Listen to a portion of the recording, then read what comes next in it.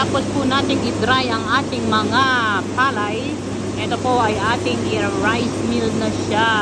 Ayan. So, ganito po kami mag-rice mill dito sa NRC, Nagano Rice Center.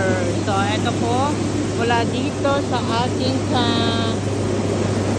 big stock, tayo pupunta yan dito sa ating separator. At pagkatapos ng separator, dito na siya